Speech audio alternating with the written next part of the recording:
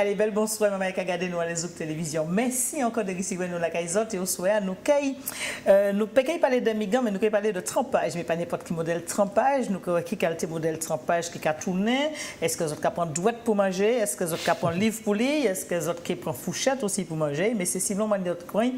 Mais seulement pas prendre couteau. C'est ça qui est plus important parce qu'on ne peut pas couper trempage et puis couteau.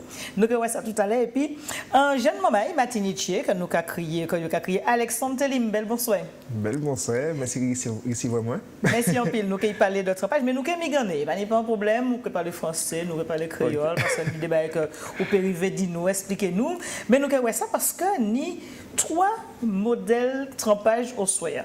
Oui. 3 modèles trempage, mais avant ça, je saluer la réalisation technique Priscilla, qui ensemble qui a accompagné nous pendant 20 minutes pour nous parler de trempage talent. Alors, trempage créole dans le secret de famille, ça c'est le premier tome. Trempage créole derrière les masques, deuxième tome. Troisième tome, trempage créole entre les lignes. Alors, on revient sur le secret de famille. C'est quoi ce secret de famille dans ce trempage? Le trempage, c'est un plat culinaire, Martinique. Oui, c'est vrai. Mais, il y en a beaucoup de secrets dans la famille. Non, l'idée de base était de parler de la jeunesse actuelle dans son contexte éducatif et scolaire. Et j'ai voulu trouver un fil conducteur et qui a été de partir de la base, donc de la famille et donc de ses secrets.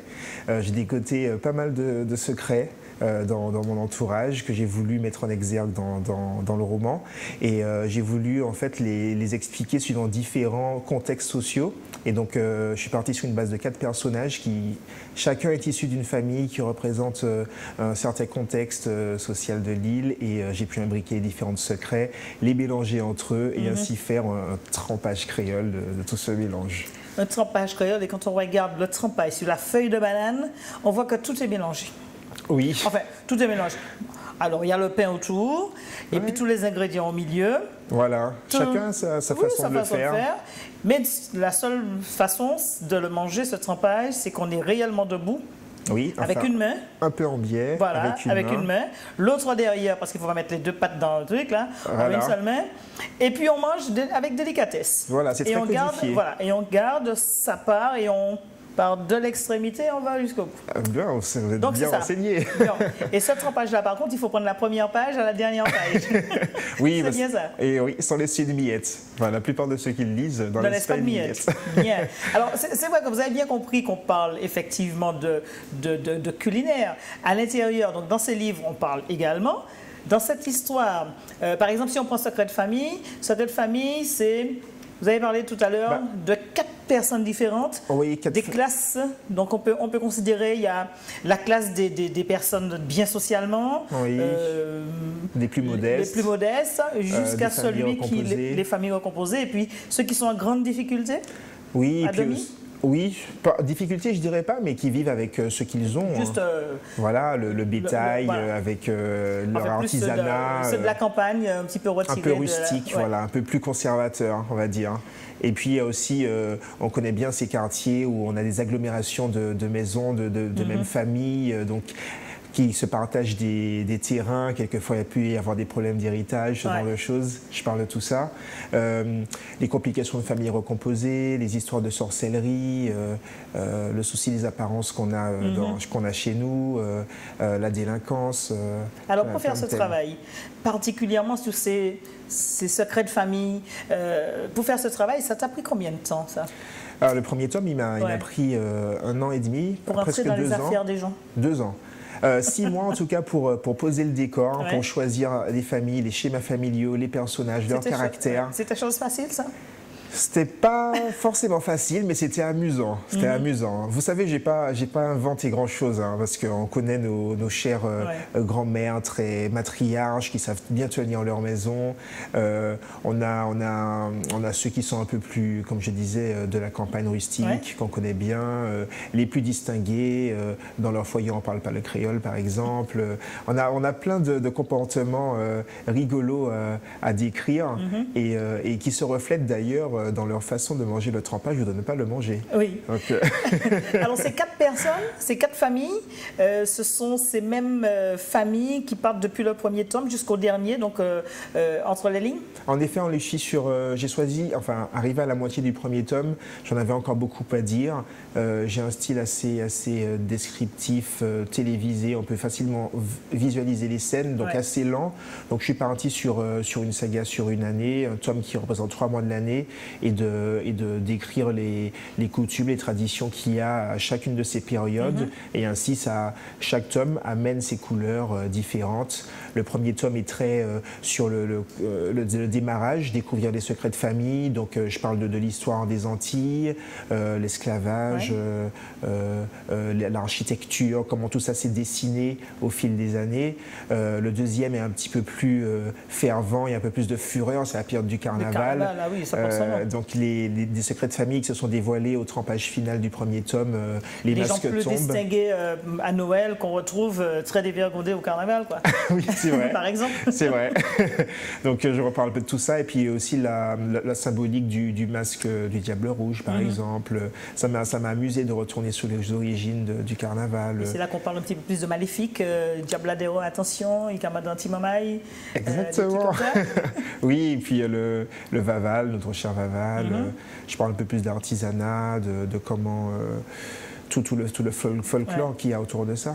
Et puis, entre les lignes, alors là, on y arrive. Entre les lignes, c'est... Oui, qui est un peu plus gros que les autres, hein, j'ai constaté. Il y avait beaucoup de choses à dire, là. Ouais, ça annonce un tournant. C'est un tome un peu plus sombre, moins dans le folklore. C'est la période du carême, donc c'est une période de repentance.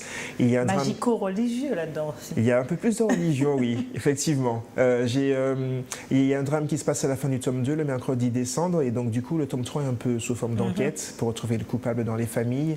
Il y a certaines histoires un peu lourdes. La grand-mère matriarche qu'on connaît depuis le début de la saga se retrouve par exemple handicapée, sur fauteuil roulant, dépendante, donc un peu aigrie. J'ai un autre personnage qui se retrouve à visiter les dessous de Fort-de-France avec la prostitution, ou bien j'ai un personnage aussi homosexuel qui veut devenir prêtre. Vous voyez, c'est des sujets. J'ai choisi de prendre des sujets un peu plus trempés, hein, et un peu plus risqués. Les personnages sont un peu plus mis à l'épreuve. Donc ce qu'on retrouve un peu dans la société d'aujourd'hui. Absolument. Par exemple. J'ai voulu la dépeindre comme elle est. Donc au-delà des images cartes postales qu'on se fait de nos îles, j'ai voulu retranscrire la réalité avec quand même une petite touche d'espoir. Ça me rassure, au moins l'espoir. Toujours, il y en a, avec de l'amour, avec un minimum de solidarité et de compréhension, d'ouverture d'esprit, de tolérance. Ouais. Et dans l'objectif final de tous ces trempages, c'est bien sûr de finir le plat, je suppose, parce qu'il ne faut pas laisser de miettes, mais dans ce fil conducteur, quel message tu souhaites porter ? Le message est surtout dans toute cette modernité qu'on a aujourd'hui, de voir comment on peut marier, tout le défi de marier tout ce qui est culturel, nos origines, avec la modernité, l'ouverture au monde. Donc ces jeunes sont parfois en dualité, parfois en accord avec ce qu'apportent leurs parents et leurs grands-parents. Et toute l'histoire met un peu à l'épreuve tout ce contexte. Et le but, oui, c'est de parler aussi de la jeunesse actuelle, qu'on la comprenne, dans ce décor assez complexe de chez nous, à travers les différentes communautés qu'on a, mulâtres, békés, indiennes.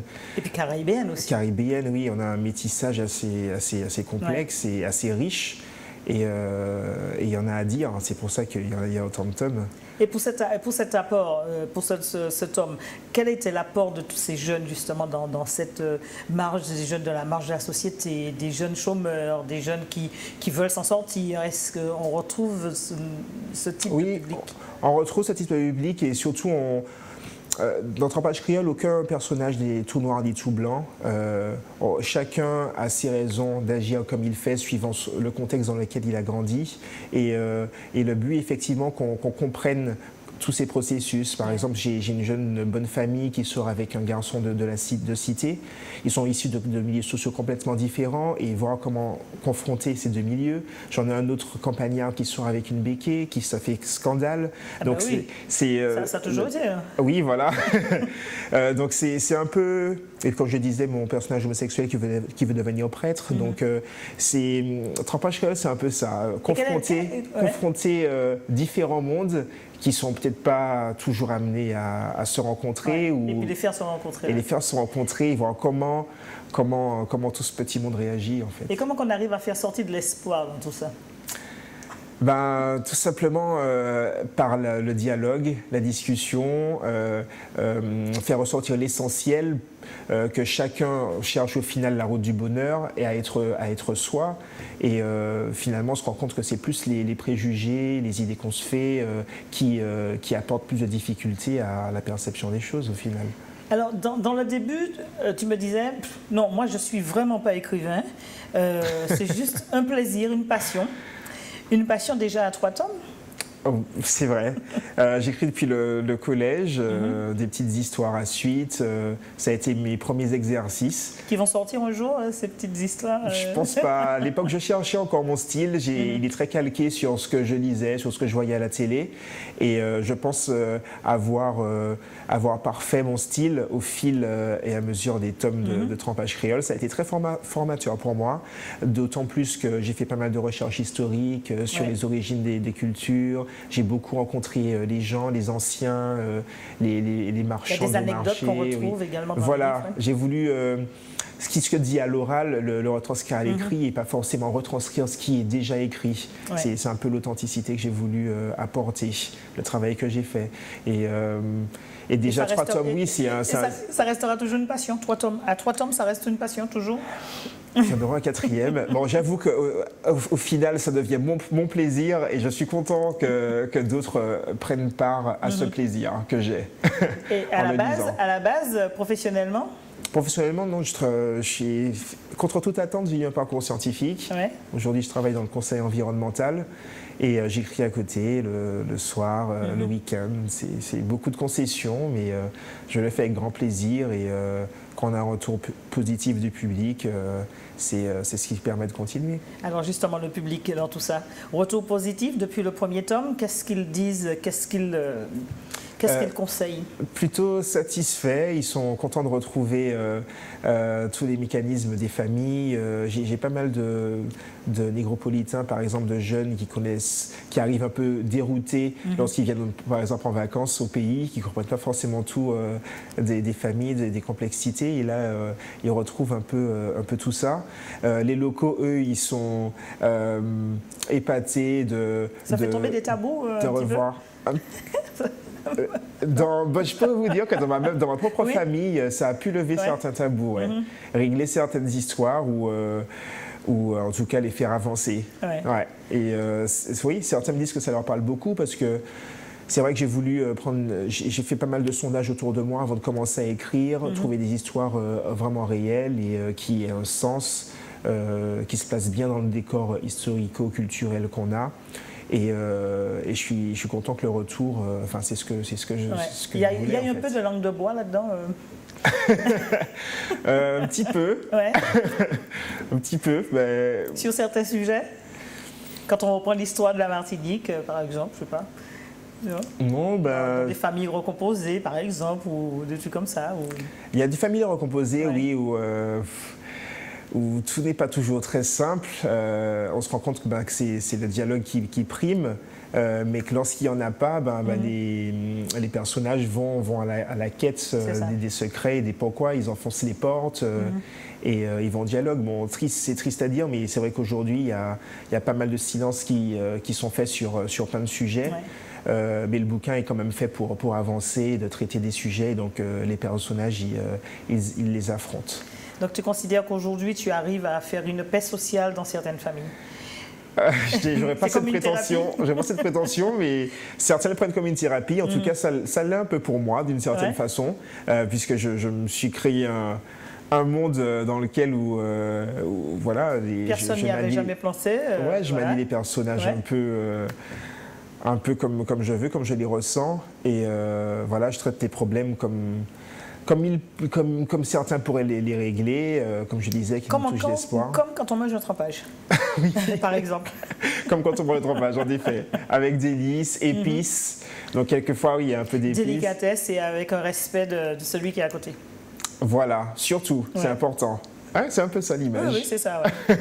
Bien, alors les auditeurs, les téléspectateurs vont te retrouver dans des séances de dédicace, je suppose. Oui, ben là je vis à Paris. Ouais. Là je suis de passage promotionnel en Martinique, dans le pays de la saga. Ouais, du trempage. Du trempage. Et tu en prendras, tu as déjà mangé le trempage? Ah bah absolument. Oui. Je fais pas mal de trempage dégustatif avec un cuisinier à Paris. Donc on fait découvrir un petit peu cette tradition autour des bouquins. Donc c'est aussi ça, trempage, c'est véhiculer notre culture par les babines, par l'intellect. C'est un peu le travail que je fais, ma pierre que j'apporte à l'édifice. Hein. Heureusement d'ailleurs. Voilà. Et comme ça, des personnes comme moi pourront manger du trempage, mais différemment. Donc on peut me retrouver sans trempage, désolé, samedi 18, c'est ça, 18 juin, après-midi de 15h à 18h à la librairie du Carrefour de Dillon. D'accord. Voilà, et puis sinon le 22 après-midi, 15-18, ça sera... La librairie antillaise. Je pense que ça sera à l'hyper-rue du Rond-Point ou de la Galéria, je sais pas encore. C'est l'un ou l'autre. Voilà. Si c'est pas Chelcher, c'est Fort-de-France. Voilà. C'est Lamentin. Voilà. Et puis dans d'autres. Alors, est-ce qu'il y a une page Facebook où éventuellement les gens peuvent avoir des informations? Oui, Facebook Alexandre Télim, T2LIM, où je mets mes dernières actualités. Mon site internet est en travaux, donc en cours d'année, en tapant sur Google Alexandre Télim, vous devrez tomber sur mon site officiel. Pour l'instant, il y a celui de la maison d'édition, Orphi, ORPHIE. Ok. Et voilà, et sinon par email, alexandretélim, tout attaché, @gmail.com. Parfait. Et puis le trempage, on le rappelle, en vente dans toutes les librairies? En toutes les librairies antillaises. On en trouve toujours le premier et le deuxième tome? Absolument. Le troisième qui vient de sortir a relancé la sortie des deux autres. Donc on peut les retrouver, les 3 tomes. Ou les commander, sinon en magasin, sur Amazon. Donc, un peu partout. Et en ce qui concerne le 4e, puisque je suppose qu'il y a, en principe, c'est 4 trimestres dans une année. Je suppose que le 4e... Oui, voilà. Là, je suis en période promotionnelle pour le tome 3. Pendant en préparation cet pour été, le 4. Voilà, cet été, il y aura une petite pause promotionnelle et je pourrai me mettre déjà à l'écriture du 4e tome. Voilà, là, on retrouvera, donc, après la période cyclonique, on retrouvera quel est tout ce qu'on va retrouver, c'est ça? Exactement. Ben voilà. Vous voyez déjà j'ai suivi le calendrier, moi. Parfait. Voilà. Merci, Alexandre. Merci à vous. Et puis, bon courage. Et puis, à très bientôt sur le 4e tome. Absolument, avec plaisir. Allez, merci. Bon après-midi, bonne soirée, pardon. Et quant à nous, on se retrouve pour un autre Palais pas bouche, c'est demain, si bon Dieu l'est, ça a compté Saint-Cher. D'ici là, les autres en l'autre découvre. Bonsoir tout le monde.